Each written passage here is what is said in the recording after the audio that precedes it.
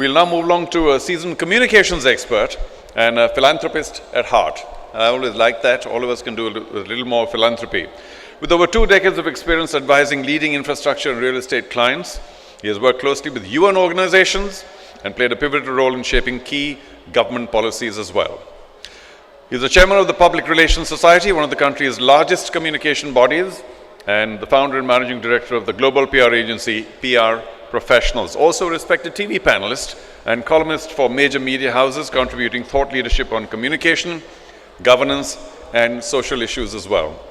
Deeply committed to social causes, he has led impactful initiatives such as the Justice for Nirbhaya campaign, supporting over 150 children who lost their parents during the COVID-19 pandemic. That's just fantastic work.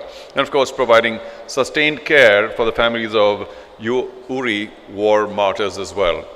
That's a very large body of work, lots of social work as well. It's my pleasure to moderate the next panel discussion, Dr. Sarvesh Tiwari, MD and founder, PR Professionals. Dr. Tiwari, thank you so much for all the hard work. नमस्कार। बहुत देर से सड़क की बात हो रही है, तो मैं कहीं ना कहीं वहीं से शुरुआत करूंगा। किसी भी राष्ट्र को अगर महान बनाना है और बड़ा बनाना है, तो उसमें बहुत बड़ा रोल जो होता है वो इंफ्रास्ट्रक्चर का होता है। अभी गडकरी साहब ने जो बात कही और बाहर भी बहुत लोगों ने बार बार किसी ना किसी तरीके से सड़क की बात की, तो मैं भी एक सड़क की बात करता हूँ। मगध एम्पायर जो था वो भारत का आज तक का सबसे बड़ा साम्राज्य बना, और क्यों बना उसके पीछे एक बहुत बड़ा कारण था।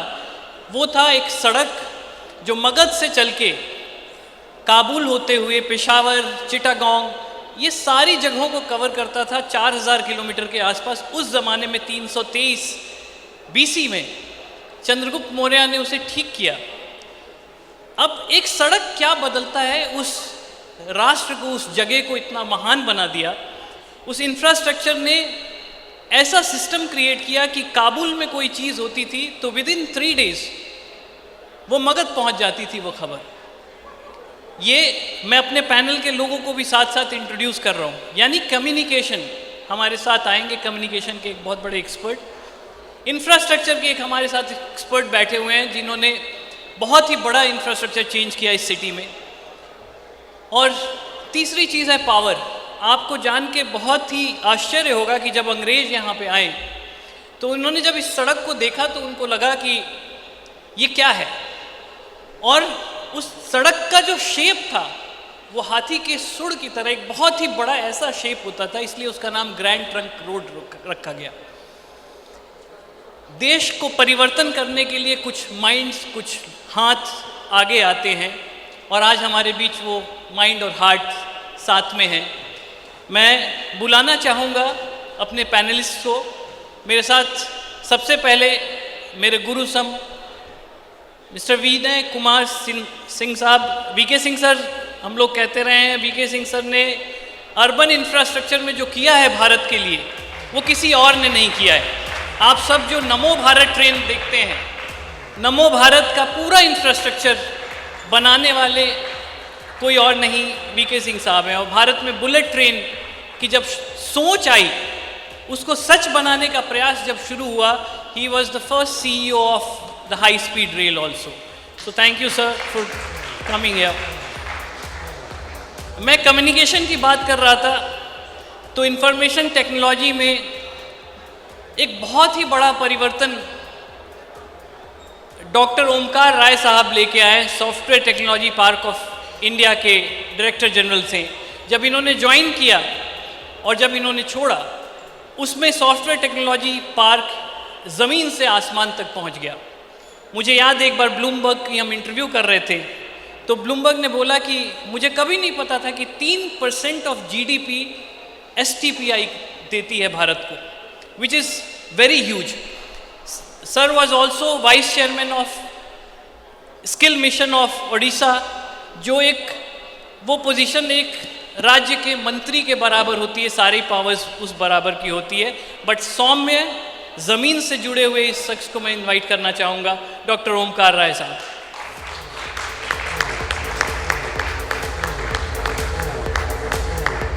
मेरे तीसरे पैनलिस्ट जो हैं वो ज्ञान के भंडार हैं।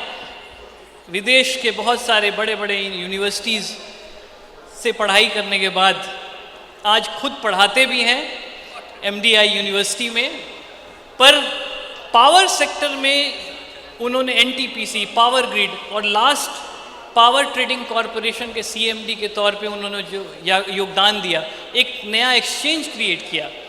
कहना बहुत आसान होता है, बट जो करता है वो बहुत ही ताकतवर इंसान होता है। और मैं उस ताकतवर इंसान को स्टेज पे बुलाना चाहता हूँ। प्लीज़ डॉक्टर राजीव मिश्रा जी को आप प्लीज़ तालियों के साथ बुलाइए।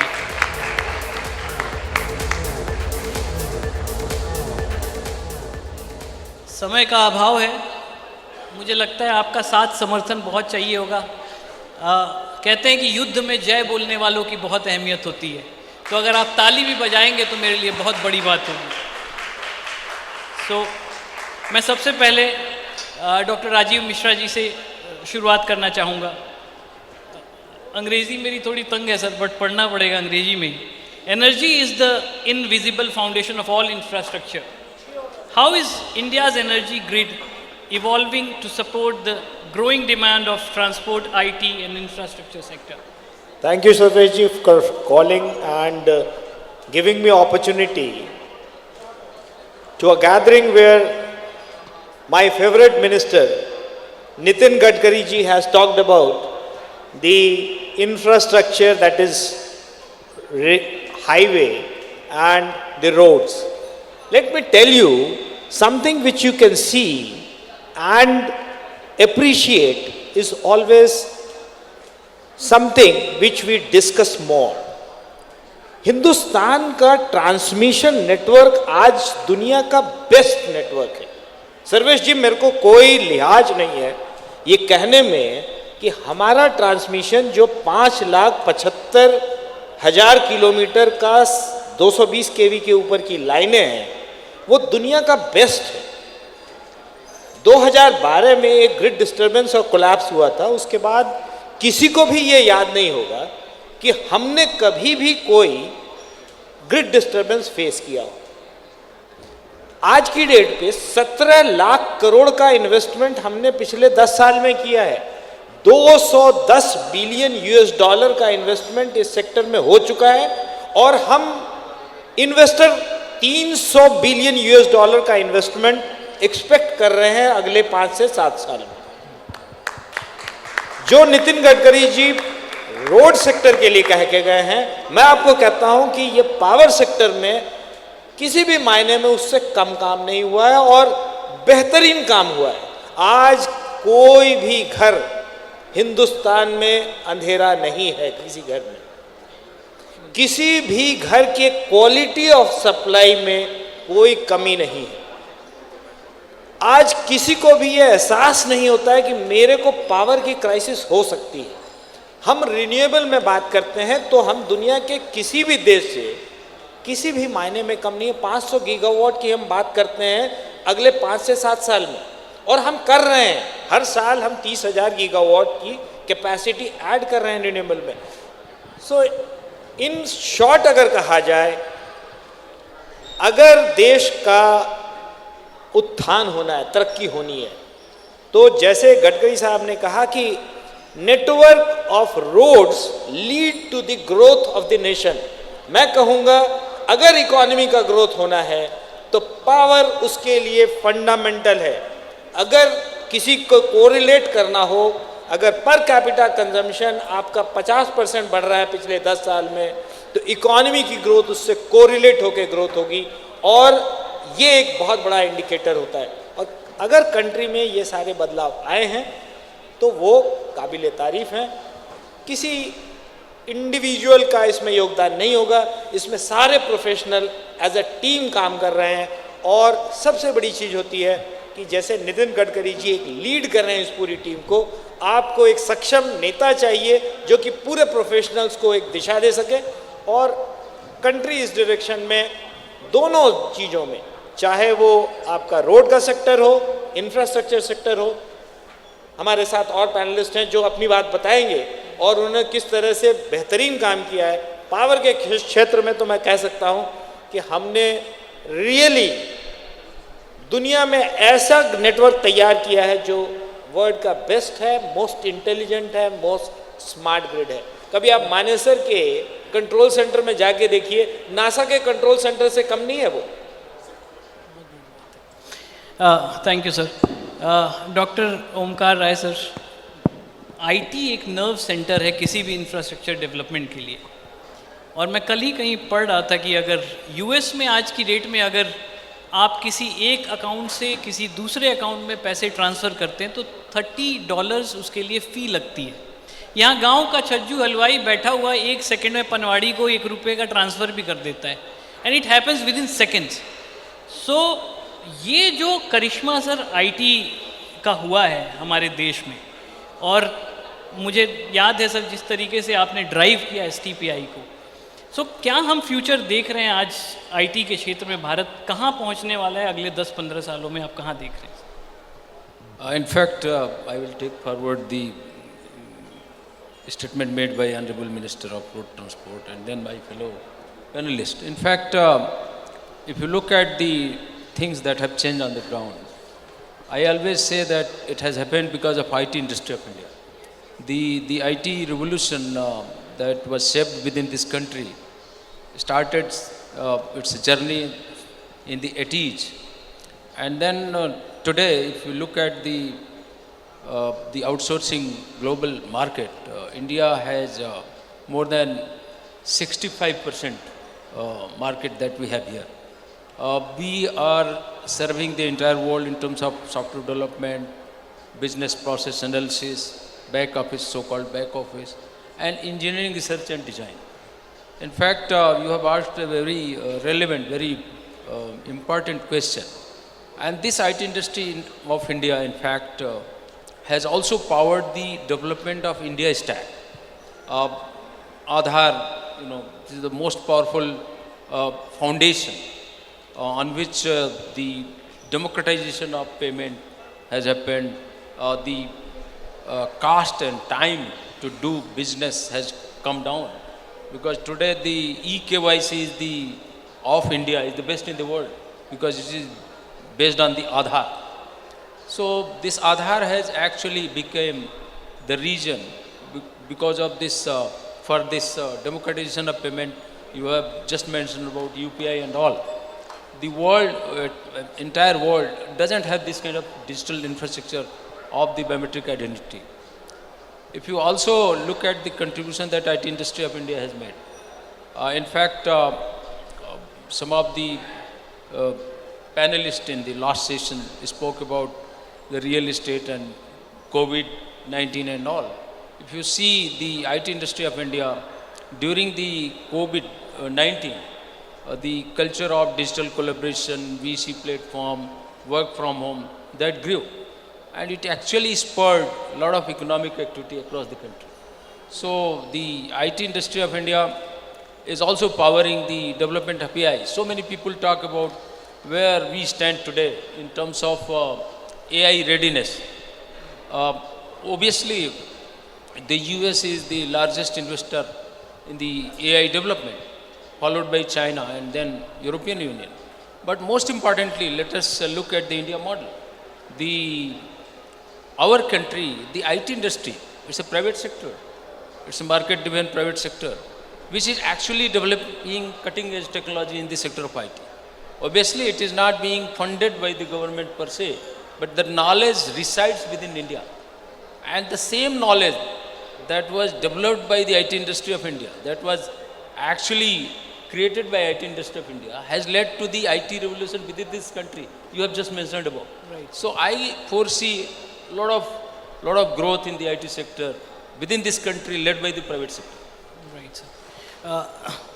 हमारे साथ वीके सिंह सर हैं जिन्होंने आप सबको नमो भारत पता होगा और RRTS प्रोजेक्ट जो है, पर मुझे लगता है आप सबका ज़्यादा इंटरेस्ट इस चीज़ में है कि TOD के कैसे फ़ायदे और किस तरीके से फ़ायदे उठाए जा सकते हैं, because sir has been one of the key person in designing the policy of TOD। शुरू से इन्वॉल्वमेंट रही, और आज मेरठ से दिल्ली का जो सफ़र है वो 45 मिनट या 1 घंटे में जो पॉसिबल हो पा रहा है, उस सोच को सच करने वाली शख्सियत वीके सिंह सर है।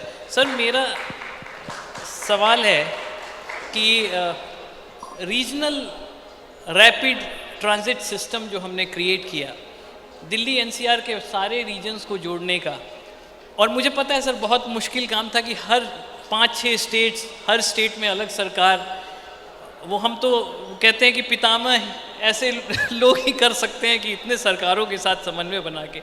लेकिन सर आम जनता को इससे इकोनॉमी, देश की इकोनॉमी का क्या फ़ायदा होगा, आम आदमी को क्या बेनिफिट्स होगा, और टीओडी की बेनिफिट्स कैसे रियल स्टेट के लोग सर ले सकते हैं, उसके ऊपर मैं चाहूँगा कि आप कुछ कहें। Thank you, Sarvesh. Thank you, Times of India, for giving me this opportunity to speak to this August gathering about Namo Bharat or RRTS project. I think for the benefit of some of the audience, I must tell what is RRTS or Namo Bharat.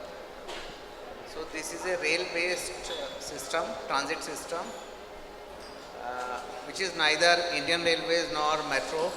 It is in between. So it is a new technology where trains can run up to 160 km per hour. This is dedicated urban transport mode like metro but not metro. The 3 corridors which are being constructed, first is Delhi Meerut, which is practically almost commissioned. The next one is coming to Gurugram area and which will go up to the Rajasthan border. Third one is towards Panipat. So the first which was sanctioned, on which trains are running, and now these have been named as Namo Bharat. It has so many benefits, means we can talk about it for a longer period, but primarily if we look at it, the main objective of the project is to decongest Delhi or decongest NCR. What has happened over the years that people have come closer to Delhi because economic opportunities were there, the jobs were there, the services were there, the good hospital, everything is in Delhi. And because people cannot commute from a distance of say 100 kilometers on daily basis, so they shift towards Delhi. The whole objective is to decongest, let people go away. So decentralization of economic activity, which is very, very important. So it is not just a mobility project. It is primarily to move people from Delhi to far off places, maybe 40 kilometers, 50 kilometers, 100 kilometers. So these trains can cover 100 kilometers in 1 hour. If we can move comfortably, safely, on a punctual basis, at affordable prices up to 100 kilometers in 1 hour, you can imagine that large number of people would like to stay away from Delhi rather than in Delhi. And that has already started happening on Delhi Meerut. So these trains are connecting some of the areas. Now I am coming from the real estate perspective. Some of the areas where the land prices are 5 lakh rupees per square meter near Nizamuddin, connecting areas near Ghaziabad with land prices as low as 3,000 or 5,000 rupees per square meter. Imagine if you can move in 30 minutes between these two places, how the reality sector will change on that complete corridor. And this will happen in all around Delhi up to 100 kilometers. It is only a matter of time. So decentralization of services, decentralization of economic activity, creation of jobs away from Delhi. People would like to stay. Many of us, we know that across the world in developed countries, the most expensive real estate is not at the center of the city. In many cases, it is away from the city, 30-40 kilometers. The most expensive malls, the most expensive shops are away, and people move through some kind of fast rapid system which are generally rail based to these places. And this is what is going to happen, and it will change the complete landscape of the Delhi. Prices in Delhi will come down, prices in outskirts will go up. From real estate perspective, I am saying. We have to keep in mind that We have to prepare ourselves for that. Decongestion, pollution will come very, very low because these trains create a pollution level which is 10% of the private vehicles. Electrified trains, very safe, very comfortable. The movement of workforce, engineers, skilled labor will be much easier. People staying in Ghaziabad will easily be available to Manesar, which today takes 2 hours, 3 hours, any kind of time by cars, private cars. And this is a public transport seamlessly moving people through airport to deep into the states up to 50, 100 kilometers. So I restrict myself to here, but there are so many other benefits which we can discuss. I think we have been restricted with time, sir. Back clock सामने चल रहा है और 14-15 second दिखा रहा है. Pooja, do we have more time? अच्छा, वो नहीं है तो सर हम पूछ सकते हैं, इसका मतलब. तो सर एक सवाल मेरे जहन में ये आ रहा था कि गडकरी साहब ने भी ईवी और बाकी सारी चीज़ें बात की. तो अब ईवी तो चार्ज होगी बिजली से, और बिजली बहुत बार बनती है कोयले से और ऐसे नॉन रिन्यूएबल सोर्सेज से बनती है. तो क्या एक चैलेंज से बचने के लिए हम दूसरे चैलेंज की तैयारी कर रहे हैं?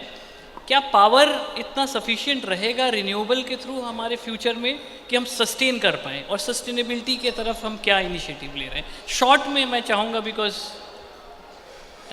सर्वेश जी, आपने जो सवाल पूछा है ना, बहुत ही जायज़ है कि ईवी एक सोल्यूशन है आपका ट्रांसपोर्ट मोड का. आप एक फ्यूल को बदल के दूसरे फ्यूल में जाते हैं. राइटली सेड कि एक ईवी हो सकता है, दूसरा बायोफ्यूल्स हो सकते हैं, और हाइड्रोजन भी हो सकता है. गडकरी साहब के बड़े तीनों के ऊपर उनके बड़े क्लियर व्यूज़ थे कि तीनों की ज़रूरत है. ईवी एक हमें सोल्यूशन इसलिए दिखाई पड़ रहा है क्योंकि हमारे पास बहुत रिन्यूएबल कैपेसिटी हम ऐड कर रहे हैं.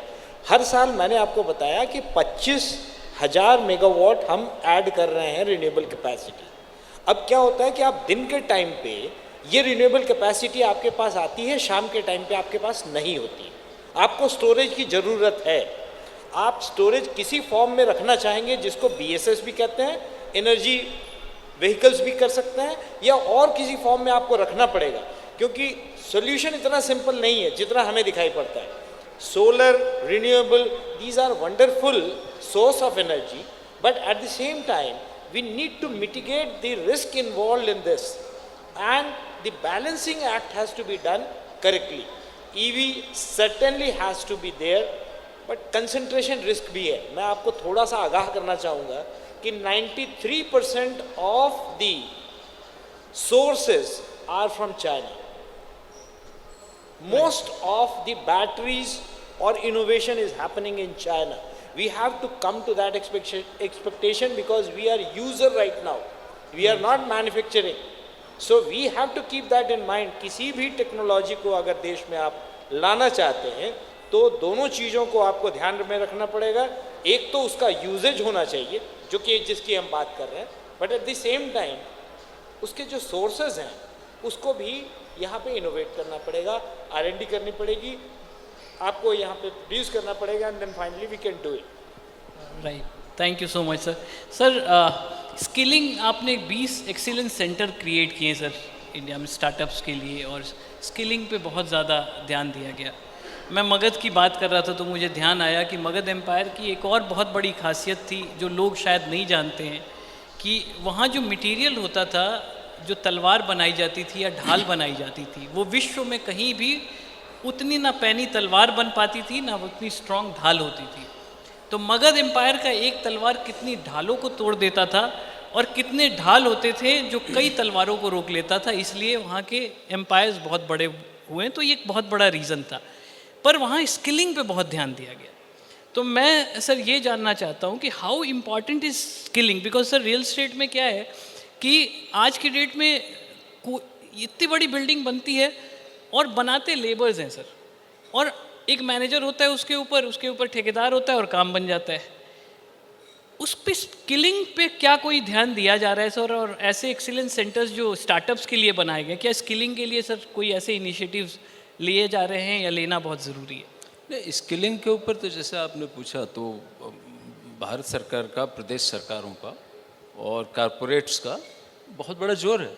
ये सच है कि जो हमारे देश में अपार जनसंख्या है, वो जनसंख्या सीधे सीधे काम पे नहीं लगाई जाती। जो यूनिवर्सिटी के हमारे ग्रेजुएट्स हैं या जो स्कूल से निकले हुए ड्रॉप आउट्स हैं, अगर आप उनसे रियल सेंस में स्किल की बात करो तो उनको टाइम टू डिप्लॉय देम ज़्यादा है। तो जो कंपनियां हैं वो उनको ट्रेन करने में जो लीड टाइम है, एक तो इफ़िशियंसी का लॉस हो रहा है, दूसरा कास्ट टू डिप्लॉय बढ़ता जा रहा है। So keeping this in mind, the government of India, the state governments and various stakeholders have taken several initiatives. If you are referring to my association with skill, perhaps you are referring to Skilled in Odisha program, right? Right, sir. But I was the person who led the Startup Odisha program. Right, sir. But anyway, I can talk about that. So Skilled in Odisha program is the leading skill program in the entire country, which was conceived and implemented by none other than Subrata Bagchi, who was the co-founder of L&T. So it became a very pioneering and a very innovative program where they took care of the development of skilling models across the state. So they worked there on their ITIs, polytechnics, and such other programs. They brought technologies into skilling. So, and that is how the rest of the country has actually followed that model that way. If I talk about the startup per se, so startups are very innovative business enterprises, and they don't follow a particular given model. They have their own way of doing things, and each and every startup has a very unique way of addressing problems. Per se, it is even if it is a problem of skilling and all. So if you look at the startup ecosystem, so they are not only solving the skilling problem, they are taking care of the economic activities, creating job, solving the problem of last mile. So these are the things that are mostly being undertaken by startups in this country, and in turn they are creating job and wealth and solving the problem. Right, sir. Sir, last question, and I request you to keep it very short. Sir, PPP model pay. PPP has been very successful. At the same time, it is also a failure story also. So, what are your take? और एक ज़रूर sir मैं सुनना चाहूँगा कि गुड़गांव आने के जो समस्याएं हैं गुड़गांव आने में जो होती हैं, what is the solution you suggest? Is it MRTS, another MRTS, or whatever you suggest? Because I think everybody would be keen to hear. So I'll start with the second part of your question. In fact, when Honorable Minister was here, we discussed that. Charu asked this question that why any infrastructure which create that becomes overloaded or maybe fully consumed within few years of the construction. We must understand this. World over, people have already experienced this in the developed countries. No amount of road construction can probably decongest the highways or the cities. It has very simple logic. While we need lot of highways, lot of roads, but the carrying capacity of a road is much less as compared to a railway system. In Europe, the whole economy is based on railway systems. China has done wonderful work in high-speed systems, rail-based systems, only due to this reason that in a small width of 20 meters, you can run trains on both the directions, carrying 50,000 passengers every hour each direction. Now a 3-lane road can take only 5,000 passengers in one direction in 1 hour. Imagine, it is 10 times and the road width required is 10 times less. So 10% of the space, 10 times more capacity to move people. So we have to move people, we have not to move cars, we have to shift people from cars to good quality public transport, and it should be rail-based high speed. So that is probably the answer. The already RRTS corridor will come very soon towards Gurugram, Manesar and all this area, completely all along. National Highway 48.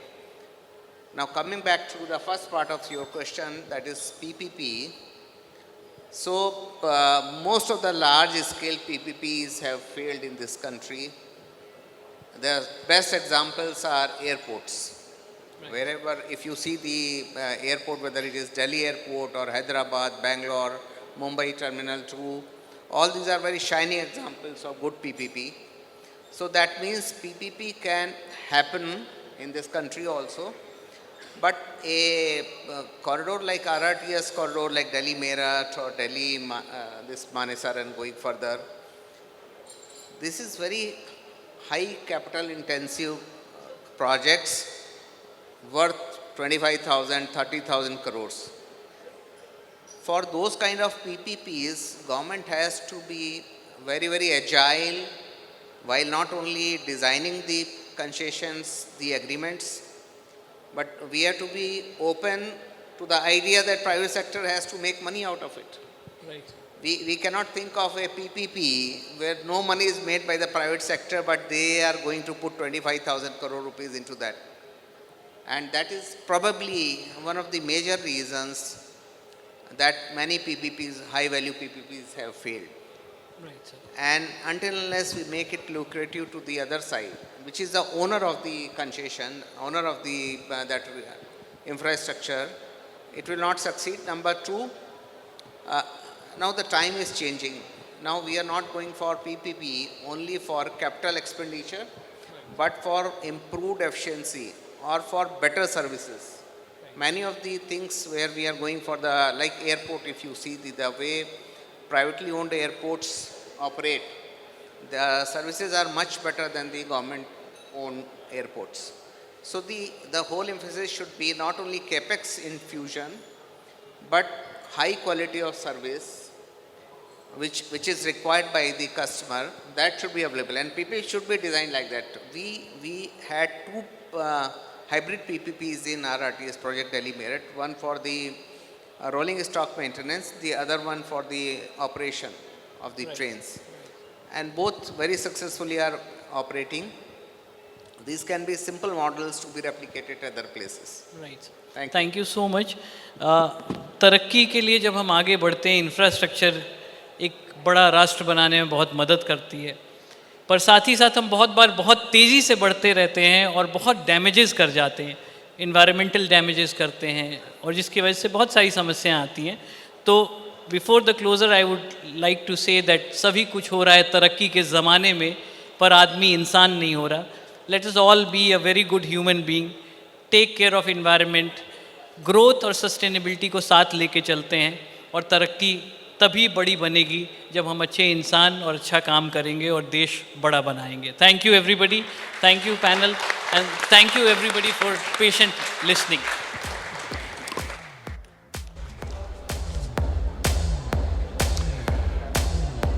A big thank you indeed to Dr. Sarvesh Tiwari and of course his very well-informed panelists. Thank you very much. You're a very important part of the evening.